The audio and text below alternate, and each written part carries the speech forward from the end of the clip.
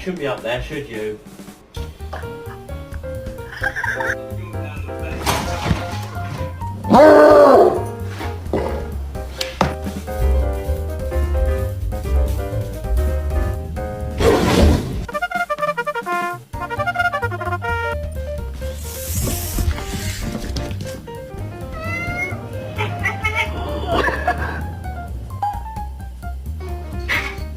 God damn it, Chuck.